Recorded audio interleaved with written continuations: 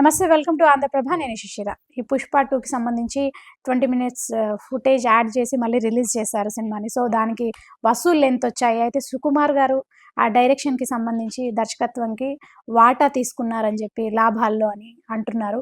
IT సోదాలు కూడా జరుగుతున్నాయి వాళ్ళ అందరి ఇళ్లలో. సో వాటి గురించి మనము అడిగి తెలుసుకుందాం. మనతో పాటు ఉన్నారు ప్రొడ్యూసర్ నటి కుమార్ గారు, ఆయన అడిగి తెలుసుకుందాం. నమస్తే అండి. ఇప్పుడు మనకి ఈ Pushpa 2 movie 20 minutes footage add చేశారు. సో ఆ సినిమా రిలీజ్ అయింది మళ్ళీ. సో అంటే ఎంత వసూళ్ళు ఎట్లా వచ్చాయంటారు? సో దానికి సంబంధించి ఇప్పుడు సుకుమార్ గారు డైరెక్షన్లో అంటే దర్శకత్వంకి లాభాల్లో ఇంత వాటా తీసుకున్నారని చెప్పి వాళ్ళ ఫ్యామిలీస్లో, ఆయన ఇంట్లో కూడా 2 డేస్ నుంచి ఐటీ రైట్స్ జరుగుతున్నాయి. అసలు ఏం జరిగింది, ఎందుకు వచ్చింది ఇప్పుడు సడన్ గా? ఈ తప్పేముంది?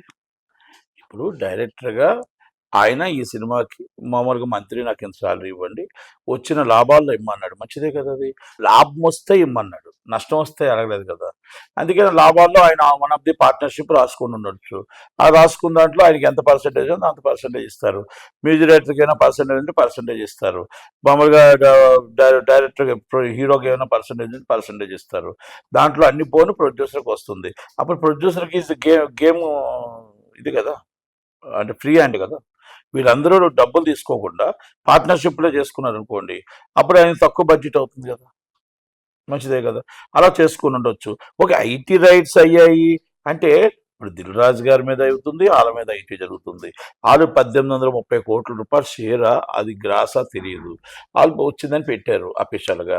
దాని మీద లేకపోతే ఇంకోటి 100 కోట్లు సంక్రాంతికి 1000 కోట్లు వచ్చేసింది, మొత్తం అది వచ్చింది ఇది వచ్చింది అనుకుంటున్నారు. కాబట్టి దాని మీద గతంలో ఈ ఇన్కమ్ ట్యాక్స్ ఏమైనా తక్కువ కట్టారా, లేకపోతే ఇన్కమ్ ట్యాక్స్లు కట్టకుండా లావాదేవీలు ఏమైనా ఉన్నాయా? ఆల్ ఆఫ్ ది సడన్ ఉదాహరణకు చిన్న పెట్టకథ లాంటిది ఇది. ఒక బ్యాంకులో రోజుకి ఒక 1000 రూపాయల ట్రాన్సాక్షన్ నడుస్తుంది, రోజుకి 1000 రూపాయల ట్రాన్సాక్షన్ నడిచిందని ఆల్ ఆఫ్ ది సడన్ 1 కోటి రూపాయలు వచ్చిందనుకో, ఎక్కడి నుంచి వచ్చింది అంటారు, ఎక్కడి నుంచి వచ్చింది అంటారు కదా. అంటే ఇది ఉదాహరణకి ఒక ఇష్యూ జరిగిందే, ఇది మీకు జరిగిన ఇష్యూనే నేను మీకు చెప్తున్నా. అదే ఇష్యూ మీకు దీనికి వర్తిస్తుంది అన్నమాట. లావంగకోట అని ఒక సెంటర్లో రోజుకి 4 పంజాబ్ నేషనల్ బ్యాంకులో 4 లక్షల రూపాయలు రోజుకి బ్యాంక్ అంతా ట్రాన్సాక్షన్ 4 లక్షలు, 3 నుంచి 4 లక్షల రూపాయల ట్రాన్సాక్షన్లో ఒక 10 కోట్ల చెక్కును తీసుకెళ్ళి అక్కడ బ్యాంకులో డిపాజిట్ చేయడం జరిగింది ఒక కొంతమంది వ్యక్తులు. అప్పుడు టీడీపీ గవర్నమెంట్ ఉంది, దాంట్లో అచ్చెన్నాయుడు గారికి దాంట్లో ఆయన మీద ఆరోపణలు కూడా వచ్చాయి. అప్పుడు అక్కడ మొత్తం 4 లక్షల రూపాయలు, దాని జోలికి వెళ్ళట్లేదు నేను. ఆ 4 లక్షల రూపాయలు ఎప్పుడైతే 10 కోట్ల రూపాయలు డీల్ పెట్టి అది పాస్ అయిపోయి బేవరేజ్ లిమిటెడ్ చెక్కు వెళ్తే ఆ 10 కోట్ల రూపాయల నిమిత్తం అక్కడ ఒరిస్సాకు సంబంధించిన ఏరియా 10 కోట్ల రూపాయలకి ఆల్ టైమ్ 10 కోట్లు ఒకటేసారి వచ్చేటప్పటికి అక్కడ ఈ బ్యాంక్ అనే సంస్థ ఓన్లీ రోజుకి 3 లక్షల రూపాయలు మాత్రమే వచ్చేది. 10 కోట్లు ఆల్రెడీ ఆర్టీజీఎస్లు కూడా రాసి ఆర్టీజీఎస్లు కూడా పంపిస్తే 10 కోట్లు ఒకటేసారి ఒక అకౌంట్లో డిపాజిట్ అయింది. ఏంటి ఈ సంగతి అనేది అక్కడ సెంట్రల్ గవర్నమెంట్కి తెలిసింది, అంటే భువనేశ్వర్లో తెలిసింది, ఒరిస్సాలో. తెలిసిన వెంటనే మొత్తం టోటల్గా పేమెంట్ అన్ని ఆపండి, ఈ మొత్తం టోటల్గా అక్కడ సిఎస్ఎఫ్ అందరూ నక్సలైట్ ఏరియా కాబట్టి ఉంటారు. అంటే ఎందుకు ఆపారు అంటే అక్కడ 4 లక్షల ట్రాన్సాక్షన్ కూడా రోజుకి జరగని సెంటర్లో 10 కోట్లు ఎవలేశారు, ఆ లావాదేవీలు ఏంటి అని. ఉదాహరణకి దీని మీదకి ఎందుకు తీసుకొచ్చానంటే ఈ లావాదేవీలన్నీ కూడా మామూలుగా గతంలో ఈ బ్యాంక్ ట్రాన్సాక్షన్లో మొత్తం అంటే ఇన్కమ్ ట్యాక్స్ మీకు అది అలాగే అర్థమవుద్దని మీకు ఆ కథ చెప్పబోయింది. ఆ దాంట్లాగే మీకు ఇక్కడ బ్యాంక్ ట్రాన్సాక్షన్స్ మీకు మామూలుగా ఇన్కమ్ ట్యాక్స్ ఫైలింగ్స్ ఆల్రెడీ కోట్లలో ఉంటుండగా 100 కోట్ల రూపాయలకి ట్రాన్సాక్షన్ అవుతున్నప్పుడు అసలు ఈ ఫైలింగ్కి వాటికి టాలీ అవ్వట్లేదు. ఎందుకు టాలీ అవ్వట్లేదు? మన ట్యాక్స్ కట్టడానికే ఇబ్బంది పడుతున్నారు, ట్యాక్స్ కూడా కరెక్ట్ కట్టట్లేదు, జిఎస్టీ కరెక్ట్ కట్టట్లేదు. కనుక మనకి ఇన్ని 1000 కోట్లని మొత్తం టోటల్గా బ్రేకింగ్ న్యూస్లు వస్తున్నాయి. ఈ బ్రేకింగ్ న్యూస్ పబ్లిక్ గా వాళ్ళ వెబ్సైట్ లో వాళ్ళే పెడుతున్నారు. కాబట్టి ఎందుకు రైట్ చేయకూడదు? ఎక్కడి నుంచి 700 కోట్ల రూపాయలు పెట్టి సినిమా చేశారు, ఎక్కడి నుంచి 1000 కోట్లు పెట్టి సినిమా చేశారు, ఎక్కడి నుంచి 100 కోట్లు పెట్టి సినిమా చేశారు, ఇన్ని 1000 కోట్ల డబ్బు వచ్చింది. ఆ డబ్బు పరిస్థితి ఏంటి, ఆ ట్యాక్స్ పరిస్థితి ఏంటి అనేది ఒక అనుమానంతో కంపల్సరీ రైటింగ్ చేస్తారు. రైట్ అది ఇందాక మీకు అధిక ఖర్చు చెప్పాల్సి వచ్చింది.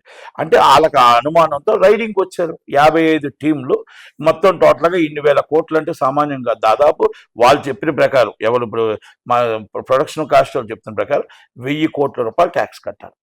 అంటే ట్యాక్స్ కట్టాలి అది కాదు, వీళ్ళు చెప్తున్న ప్రకారం కానీ దాంట్లో మర్మాలు ఏమున్నాయి, మాయలు ఏమున్నా అది ఎందుకు అది వేశారు అంటే ఆ షీట్ ఎందుకు వేశారు, ఇన్ని 100 కోట్లు వచ్చిందని వేశారు అనేది ఇప్పుడు దాన్ని ఇన్కమ్ ట్యాక్స్ ఎంక్వైరీ చేస్తారు. మనం ఫేక్ సర్టిఫికెట్లు వేసిన, గతంలో లావాదేవీలు తక్కువ ఉన్న, బ్యాంకు లావాదేవీ కూడా అంతే. బ్యాంకుల్లో కూడా మీ బ్యాంకులో ఒకేసారి మీకు 100 రూపాయలు 1000 రూపాయలు ట్రాన్సాక్షన్లో 1 కోటి రూపాయలు వచ్చింది అనుకోండి, ఆపేస్తారు. ఎందుకంటే ఆల్ ఆఫ్ ది సడన్ మీ ట్రాన్సాక్షన్లో రెగ్యులర్గా నడుస్తూ ఉంటుండగా యావరేజ్ టర్న్ ఓవర్లో మీకు ఎంత పడుతుందో చూసుకొని దాంట్లో అంత పడితే ఓకే.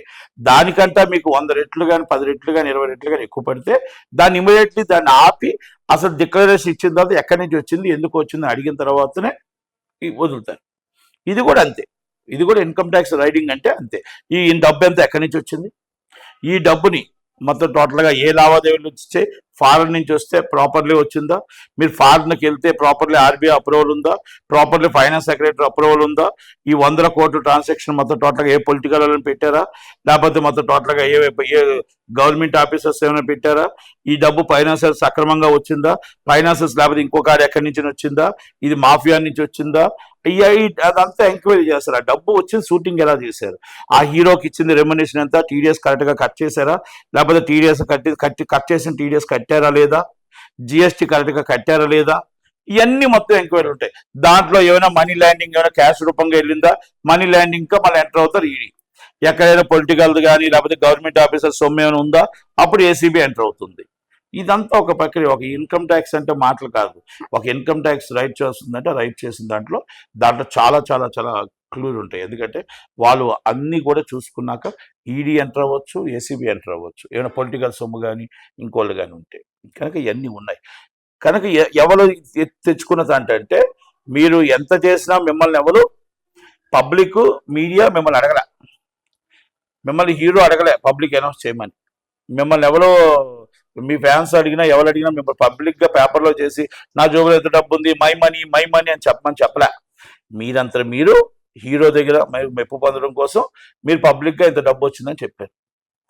దానికి సమాధానం చెప్పాల్సిన బాధ్యత ఉంటుంది. ఎందుకంటే పెద్ద పెద్ద కోటీశ్వరులు పబ్లిక్ సెక్టార్లో కొన్ని వేల లక్షల మిలియన్స్ డాలర్స్లో ఉన్నారు.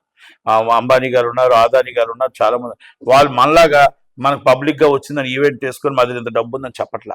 అంటే ఆ వసూళ్లు అన్ని కోట్లు వచ్చాయని చెప్పడం వల్ల ఈ రైట్స్ జరుగుతున్నాయి అంటారా? తప్పదు కదా. మరి వస్తున్నప్పుడు మీరు చూస్తే ఇన్కమ్ ట్యాక్స్ ఎలాగుంది, మాకు చూస్తే ఎంత డబ్బు ఉంది అంటున్నారు అంటే అప్పుడు అనుమానం రాదా? అనుమానం వచ్చేటప్పుడు మాకు ఆల్రెడీ ఇంతకుముందు నుంచి ఇన్కమ్ ట్యాక్స్ కొంచెం ఆల్రెడీ అవకతవకలు కట్టట్లేదు, వీళ్ళు కరెక్ట్గా ఇదిగో కడతాం ఇన్కమ్ ట్యాక్స్ డబ్బు కట్టడానికి కొంచెం కష్టపడుతున్నారు, ఈ డబ్బు ఏంటి ఇంత ఎక్కువ ఆల్రెడీ సార్ వచ్చింది కనుక మనకు automatic public sector breaking news నిజమా అబద్ధమా కనుక ఆటోమేటిక్గా రైడింగ్కి వస్తారు. అంటే ఇప్పుడు మనకి రవిశంకర్ గారు, నవీన్ గారు అంటే వాళ్ళు మైత్రి మూవీ మేకర్స్, వాళ్ళకి సంబంధించి కూడా రైట్స్ జరుగుతున్నాయి. అది కామన్ గా జరుగుతుంది. జరుగుతున్నప్పుడు వాళ్ళు ఎంక్వైరీలో ప్రకారంగా కరెక్ట్గా కట్టారా లేదా, ఏం చేశారు, దాంట్లో 1831 కోట్ల ఖర్చులు ఎంత ఉన్నాయి, ఇవన్నీ ఎంత, ఇదంతా ప్రక్రియ. దాంట్లో పుష్ప 2 మూవీకి సంబంధించి రైట్స్ నో పుష్ప 2 అనేది ఆల్రెడీ సంస్థకు సంబంధించి దిల్రాజు వాళ్ళది కూడా జరుగుతుంది. అంటే అంత డబ్బు 2,000 కోట్లు వచ్చింది కదా, దాంట్లో వాళ్ళు ఏమైనా లెక్కలు చూపించలేదా, లేకపోతే టీడీఎస్ చూపించట్లేదా ఏంటి అనేది ఆటోమేటిక్ గా చూస్తారు. అన్ని అయిన తర్వాత దాంట్లో ఏముంది ఏంటి అనేది అనౌన్స్ చేస్తారు. ఇంకా అవుతుంది. ఇప్పుడు దిల్రాజు గారు వాళ్ళ శిరీష్ గారు వాళ్ళ కూతురు కూడా వాళ్ళ ఇళ్లలో కూడా అందరూ పార్ట్నర్స్ జరుగుతున్నాయి. అందరూ is one of the partners. Venkateswara కేసెస్ is partners, Mythri movies partners, 2 కంపెనీలు, అభిషేక్ అగర్వాల్ ఫైనాన్సర్. అంత సింపుల్ కదా. థ్యాంక్ యూ అండి. Thank you.